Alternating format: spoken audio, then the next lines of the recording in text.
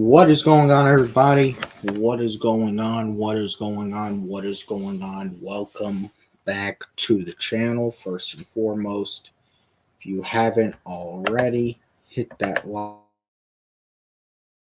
like button, hit the subscribe button, hit the post notification bell. Doing all those things helps out with the algorithm. Helps the content get out. I would really appreciate it. A lot if you could just do that. Look, obviously, this is a spot that I think if you would have asked a lot of people 5 weeks ago, you're probably not even putting too much thought into this game. You're probably looking at this game as, oh, we get to go out to Vegas, we get to have a good time, we get to ball out, have a little bit of fun on the strip, and then we get to go and whoop the Raiders around. And, maybe we're clinching a playoff spot in there or something. None of that is happening. The Falcons are going to Vegas on Monday night to keep their season alive. And it's sad that it's come to that. It's sad that even after sweeping Tampa, being 6-3 and in firm control of this division, that the Falcons let that lead evaporate so quickly. But that is the reality that that we're living in, is the Falcons have once again found a way to blow something and are now forced to dig themselves out of a hole that to dig themselves out of. The big issue with the Atlanta Falcons 2021, and that was the first year of the last head coaching staff, is the Falcons have always a few wins you look at and you say, okay, those could have gone either way, but we found after week 7, week 8, and the Falcons are there in the playoff picture. And it gives you just enough reason to be maybe excited, maybe have some hope for the home stretch of the year. But then they suffer that one loss, and typically it's a close loss. And then after that, they fall apart. And it happened in 2021. Well, 2021 was kind of different. They got their asses kicked in Dallas. And then really the season never really fell apart in terms of going on a long losing streak. 2021 was one of those years where it was up and down, up, down, down, then go up, and okay. But yeah, it's just the reality. And, we did not have a good team that year other than Matt Ryan and a few other pieces, a rookie Kyle Pitts, which is the best Kyle Pitts we've seen to this point. But 2021, it never really fell apart in terms of going on a long losing streak. Yeah, when we lost, we got our asses kicked a bunch, but we hung around, but you kind of knew in the end we weren't making it. But 2022, the past 3 years in particular, especially when this team has had a golden opportunity in an NFC South that, let's be honest, since Tampa won it with like 13 wins in 2021. Since then, this division has not had a winner, has not had a team reach double-digit wins to this point. And when you look at 2022, this team, we thought they got a good formula, running the football early on. We're finding ways to win games. And if, you can continue to do that, you may really stand a chance down the stretch.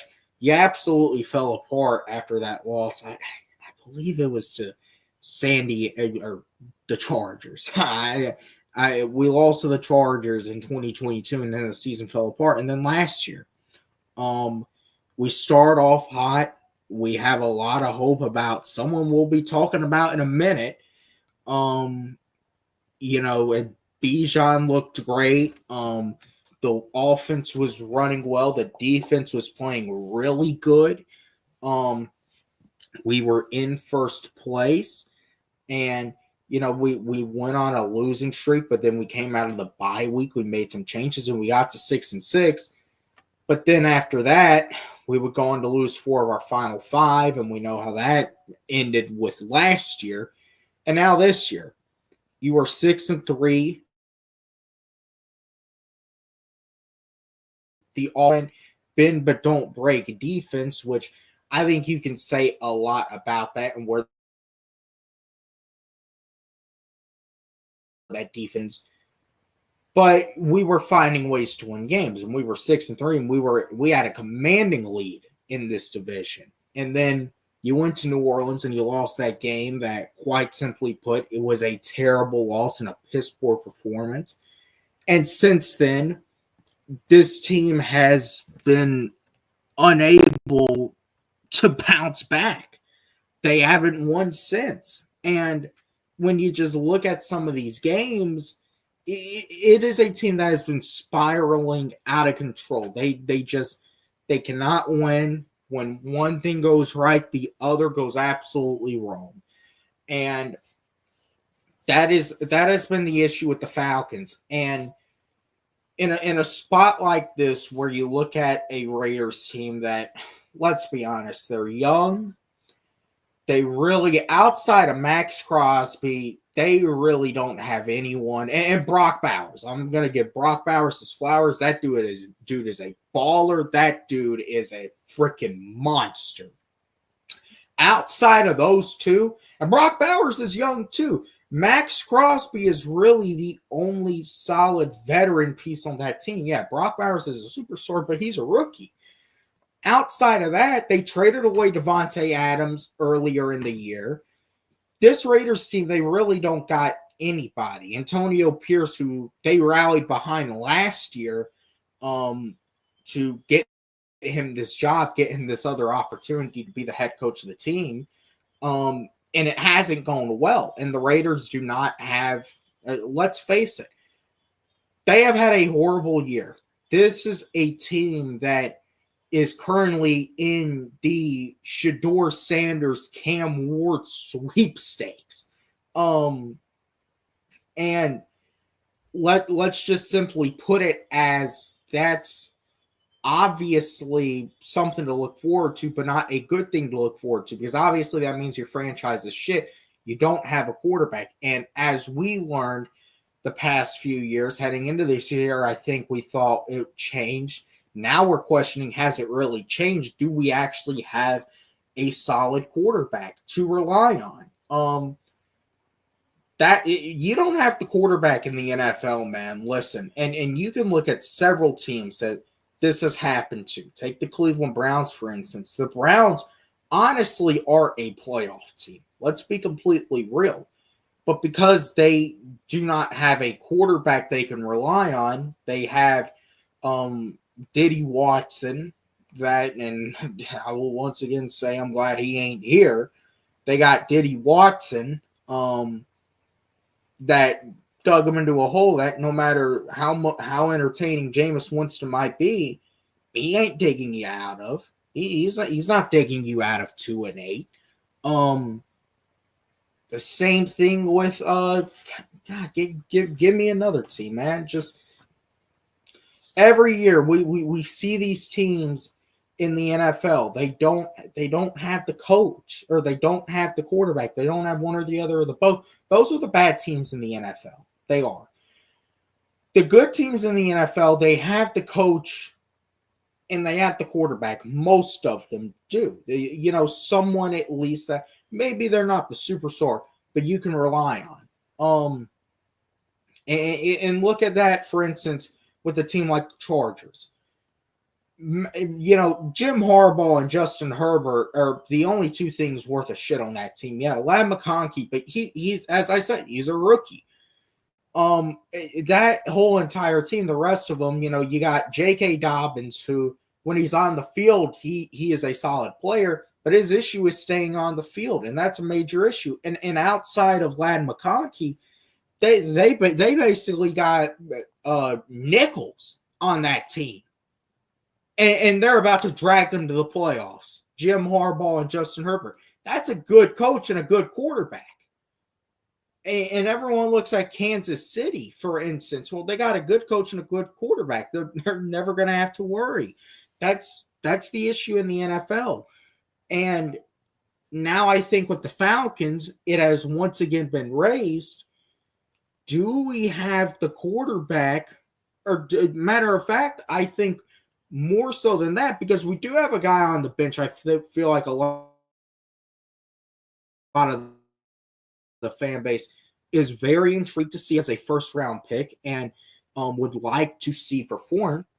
But the bigger question I feel like we got to ask, do we have a coach that we can rely on? I feel like a lot of us really questioned Raheem Morris when he was signed as head coach. I know I, for one, did. I came on and I hosted a live stream and I said, look, this guy was basically Dan Quinn's number 2. He was Dan Quinn's top lieutenant. You just brought back a lot of that stench you were trying to wash off just a few years ago when you really changed up the identity of this team in many ways, from this high-flying, explosive offense to nasty, physical, dominant running game and hoping you can build a good defense. Now you're kind of really leaning back into, that explosive aspect that you were trying to wash the stench off of. But then we looked at Raheem and we're like, well, he's not exactly Dan Quinn, number 1. He doesn't exactly look like him. Number 2, he can probably relate better. He's, a well-spoken guy, but he's also, recently been a part of a winning organization in the Rams. I feel like a lot of us looked at that. And take the Rams, for example. Sean McVay and Matthew Stafford. The Rams are 1-4. It wasn't an issue. You know why? Because they had the coach and they had the quarterback. When you have those two things, you're going to be okay in the NFL. But the bigger issue that a lot of us are really not considering is to be the coach in the NFL. It takes a lot. It does. And it takes accountability. And what Raheem Obama Morris, and that's my new nickname for him, because you could draw conclusions to this, but go look at Barack Obama speak in 2008. Go look at Barack Obama speak during his first run for president, and then think about what Barack Obama actually did as president. And maybe you can draw a few references to why I say that, to why I call this, why that is his new nickname. It's not because, he's, a black guy or anything. No, it's, think about what Obama said during his 2008 campaign, and then look at what he actually did as president, and maybe you'll draw the lines together in an instance. Raheem Morris has gotten up to the podium every week, and these press conferences couldn't mean shit, I really feel like.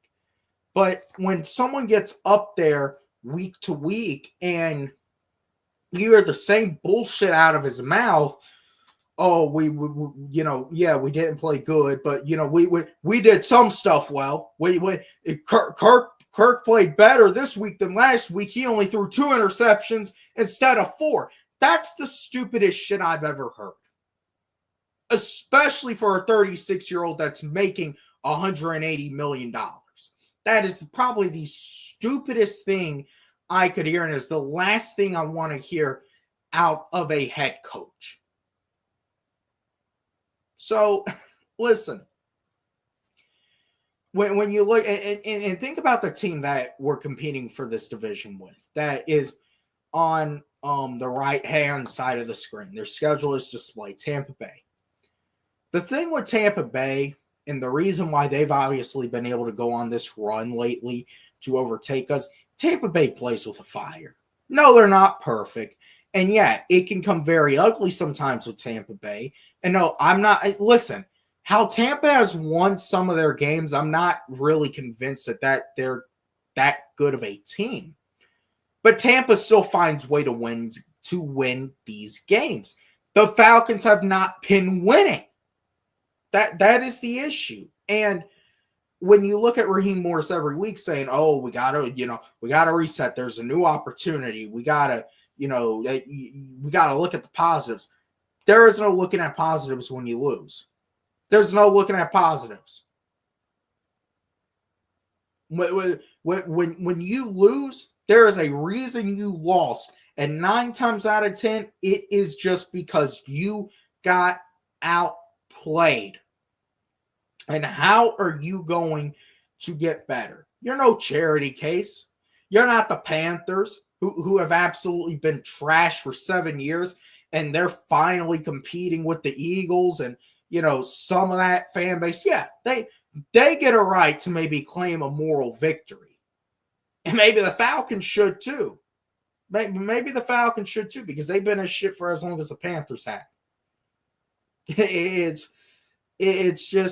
It's unbelievable when you look at this. There is no moral victories with how this season has transpired out of control. This is not late in the year, but yet here we are again.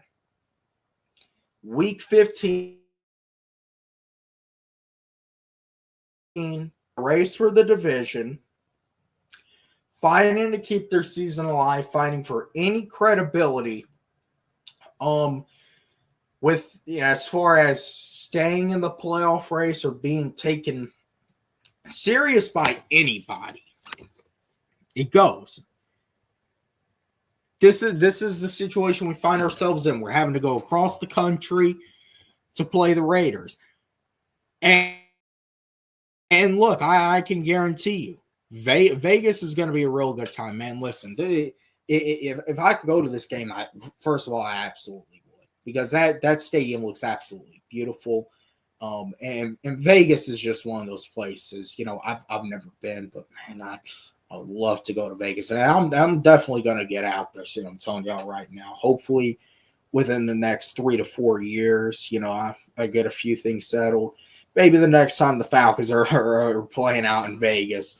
The goal is to definitely be there. But with that being said, getting back to the topic, listen, you find yourselves in a very similar spot as you were in last year. Last year, you were 6-7. You were trying to stay in the division race, and you went into Carolina to face a 1-12 Panthers team. The team we're facing on Monday night is 2-11. And guess what happened last year? The Falcons found a way to lose the game. They found a way to fuck up the game. Why did they fuck it up? Because of boneheaded quarterback play to go along with boneheaded.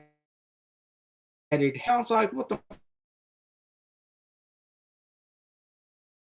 Falcons have been. Now this is going to be a spot that tells us, is this Falcons team? We had Arthur Smith with that stupid porn star wannabe mustache, and Desmond Ridder, who we're getting ready to talk about in a second.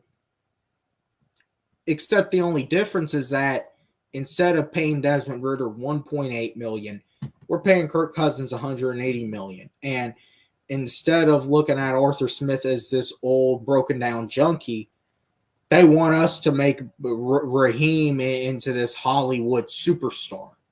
This well-spoken, smooth sailing, moving guy. He'll get you to believe in anything. He'll sell you a lemon. Y'all know how these fucking, that's what a lemon is. This is how a lemon works.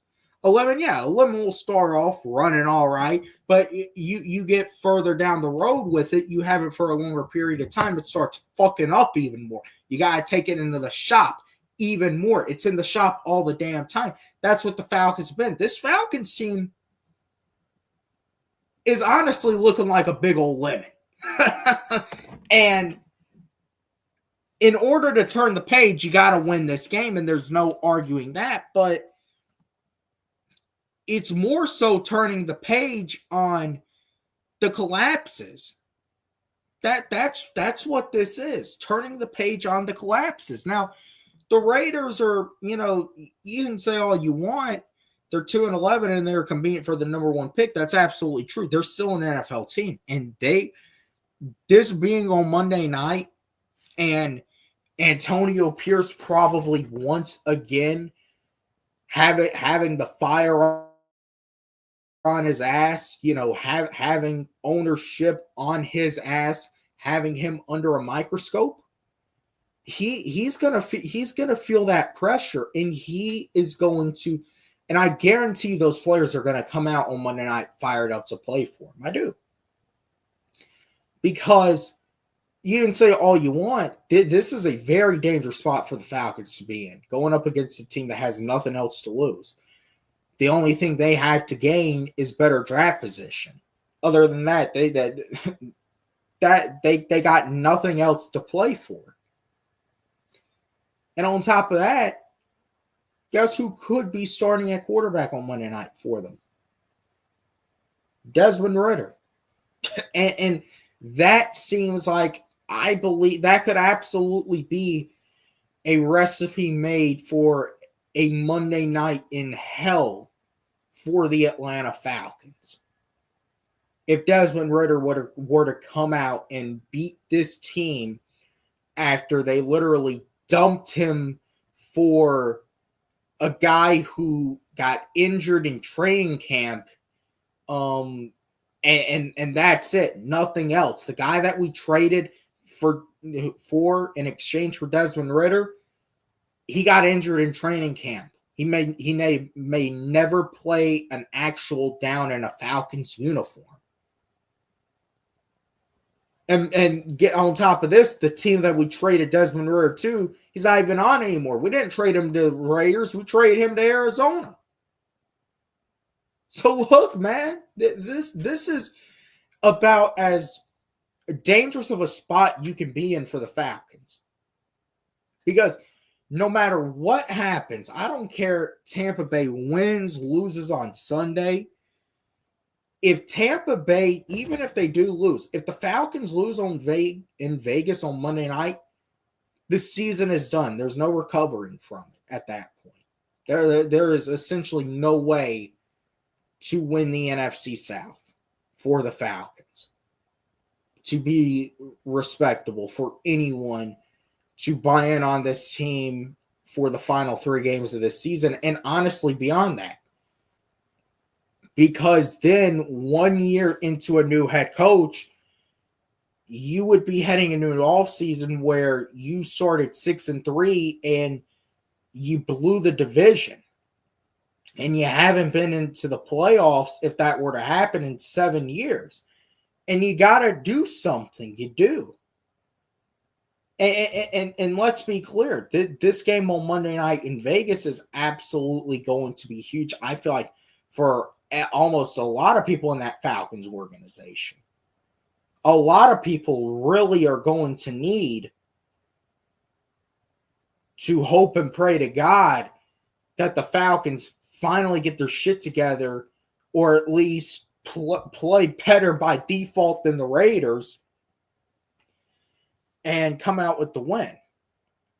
But the thing with Vegas is not going to lay down. I'm telling y'all right now, y'all are going to expect the Raiders to lay down in this game. It's not going to happen. Especially that defense. They're going to try to do what Minnesota did, which is get Kirk rattled, blitz him, make him see things that don't make sense,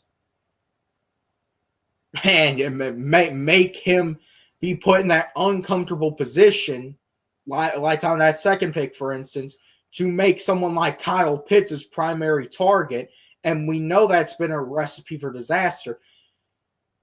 The Raiders are going to do everything in their power to ensure that Kirk once again shows up and absolutely shits his pants. The guy's leading the NFL in turnovers. And you don't think that the Raiders are going to try to exploit that? That's one of those things, man. Look, Antonio Pierce, he knows that if he wants any chance at saving his job, he's gonna have to get some type of statement win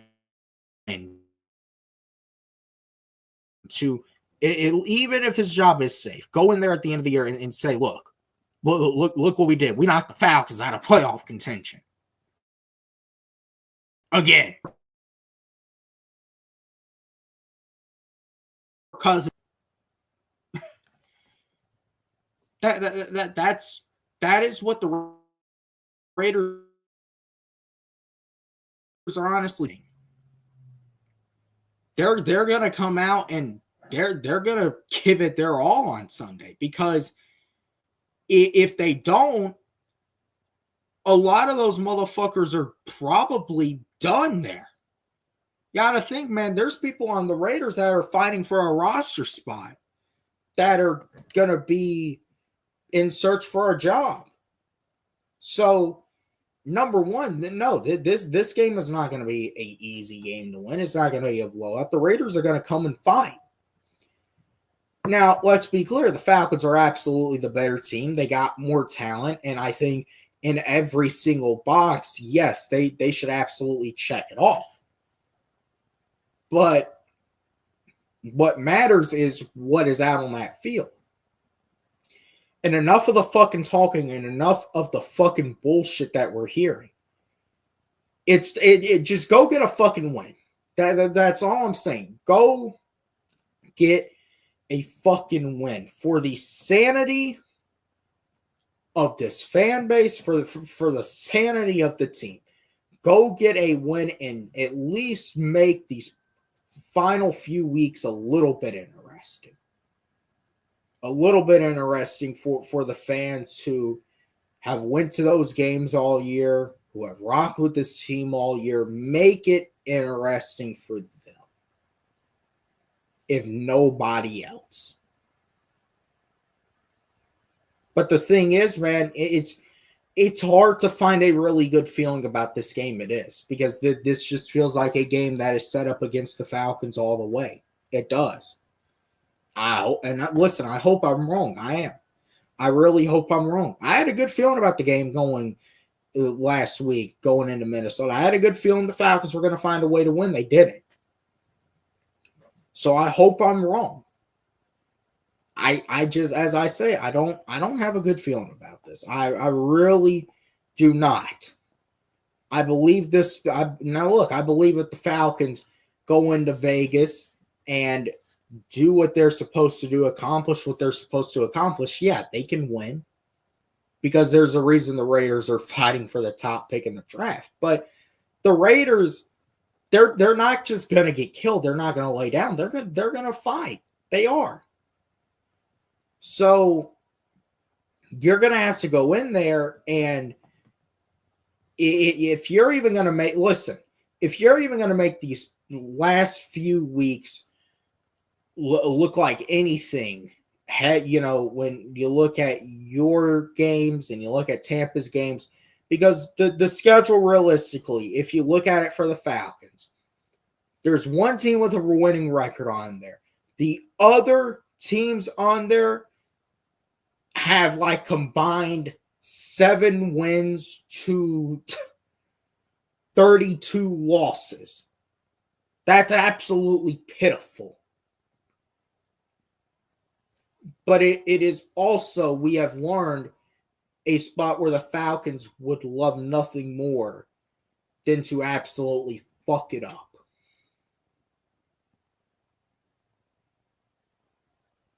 So everyone asking me, what do I think about this game? Where where do I stand with this game? Look, it's hard to find a good feeling about this. It is, especially after how the team's been playing the past month. I feel like if the Falcons do what they're supposed to do, then look, they can go in and win. Well, what's going on? You say Vegas money line. Hey man, look, put it in. If that's what you're man, put it in. Put it in, man. Put it in. Put the Vegas money line in. If that's how you're feeling, that I'm all for it. Shit. If I honestly was not a Falcons fan, I'd probably do the same thing. Shit, maybe if I fucking didn't, have a good time for my birthday week, maybe I'd put that shit in too. Yeah, you know what? No, fuck it. Fuck it. We're fucking. Kirk is throwing 3 interceptions, man. I'm putting that shit in right now. I'm gonna put Vegas money line in. I'm gonna cash out some money. But no, man. Look, hey, that's what it is, man. Best chance of a win before the end. Yeah, are you a Vegas fan? You're a Vegas fan. I don't know what y'all's schedule looks like. I know y'all got some shitty team. I know y'all still got a game with the Aints. Are you a Vegas or are you an Atlanta fan? If you're saying this is the best chance for a win versus for the Falcons, man, I don't know. Plus 170. All right.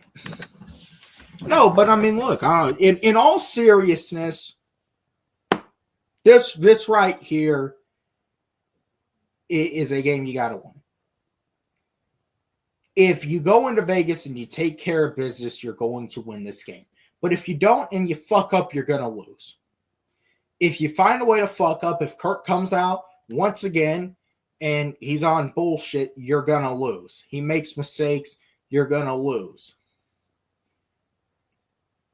Now, but if you come out and you play solid football, you should win. This is one of those games, realistically, maybe you don't even have to look the prettiest. But as long as you don't fuck it up in the end, you don't fuck it up when it matters, you should win. But if you give Vegas that opportunity late, I can almost tell you from watching this team over the years, they would find a way to fuck it up. So I'm going to the keys of victory, and I think that the first key to victory has to be for this defense. And it's going to be very hard to do. I kind of had a similar one a few weeks ago versus the Chargers, and they really didn't do it. That was the one thing the defense couldn't do that day, and it's not shocking. It's kind of the same situation. You know what? You gotta stop or at least tame Brock Bowers.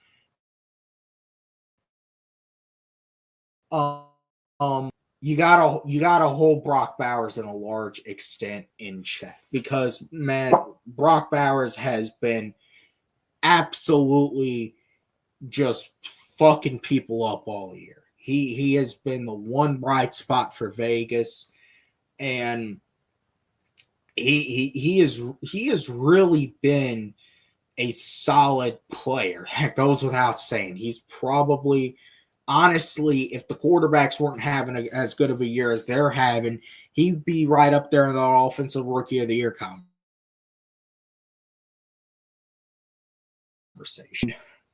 I feel like, there's honestly, he's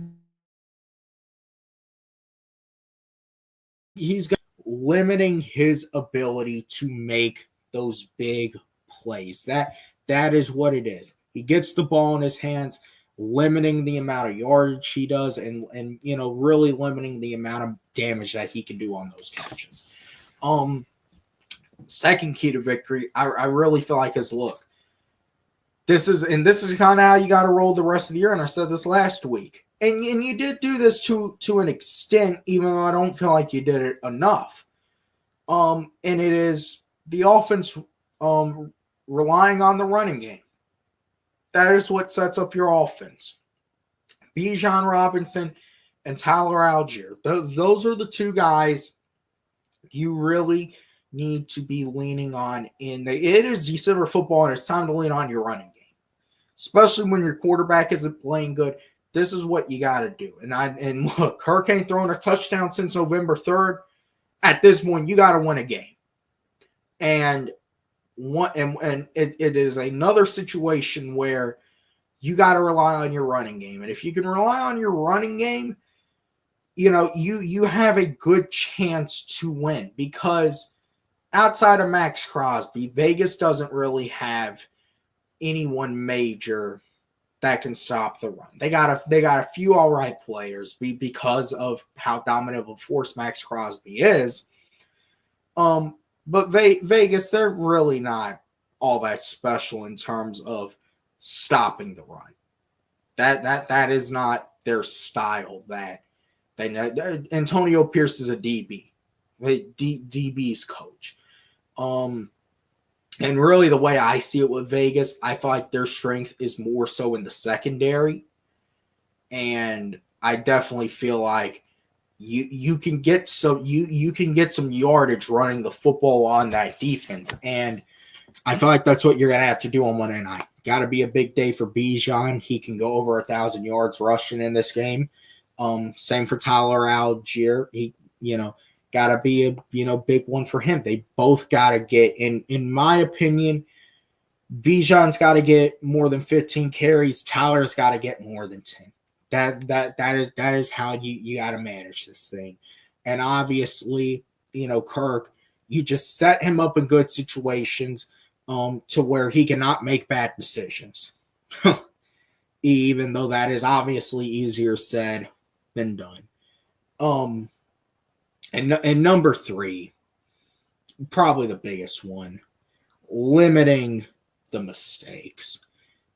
Limiting, minimize, really at this point, eliminating the mistakes. Eliminating the stupid mental errors, whatever you want to call them, that come in, and results in turnovers, stupid penalties. That is what a big part of this 4-game losing streak has been. It's been turnovers, and you've had stupid penalties like last week in Minnesota. Absolutely just stupid. You got to play smart football. You do. You got to prove why, if nothing else, you're a better team than the 2-11 Raiders. And it's sad we've come to that spot we've come in. As I've said, could you win this game? Perhaps not looking the prettiest, sure, because Vegas is 2-11, but you can't play like absolute shit. We're going to have to see this team come out, and we're going to have to see them take control of this game. Ideally, that is what I want to see. I want to see this team come out and take control of this game. But are they going to do it? As I say, I'm not putting my confidence in that. I'm not. I feel like ultimately this is a game the Falcons got absolutely lose, and I don't get a good feeling about it. But even with all that, I'm going to deny my conscience, and I'm going to say the Falcons pick up a win here. I'm going to say 26-15. If we lean heavily on the running game, it's going to be like a 26-15 type game. Even though it could have, absolutely, I think could be closer than that. Even 26-15. Maybe that final score isn't really reflective of how close the game was. But this is do or die at this point for this team. Do or die. If you don't win this game, you're done. Your season is over. Many people would say your season was over after the past few weeks. If you don't win in Vegas, there might not be any point. It's another wasted season. Now, if you win, your season lives on to you do put yourselves right back in it.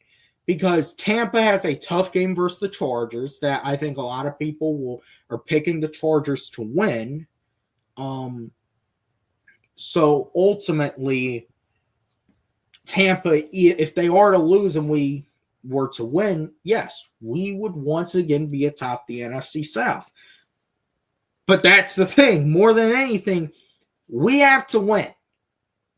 We have to win, if for nothing else, just to get back in the fucking win column.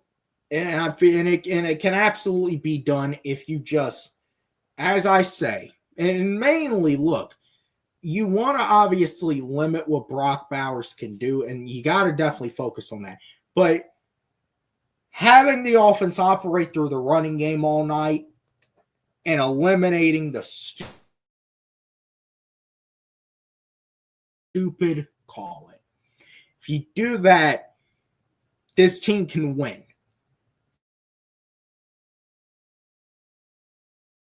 But the Atlanta Falcons. With that being said, this is an exciting game. It has an exciting feel to it. Monday night versus the Raiders in Las Vegas. There's, for everyone who is going as a Falcons fan, obviously, Atlanta's going to have a big presence in Vegas this week, and the Hawks are going to be down there. Obviously, Monday night. It's going to be very much a presence that Atlanta is going to have. So I hope everyone, hit up the strip, make a little bit of dough, have a good time with some ladies. But the only thing that really matters to me is getting a win. That's what's got to be done for my sanity. Good night, everybody. I will see you all in the next one.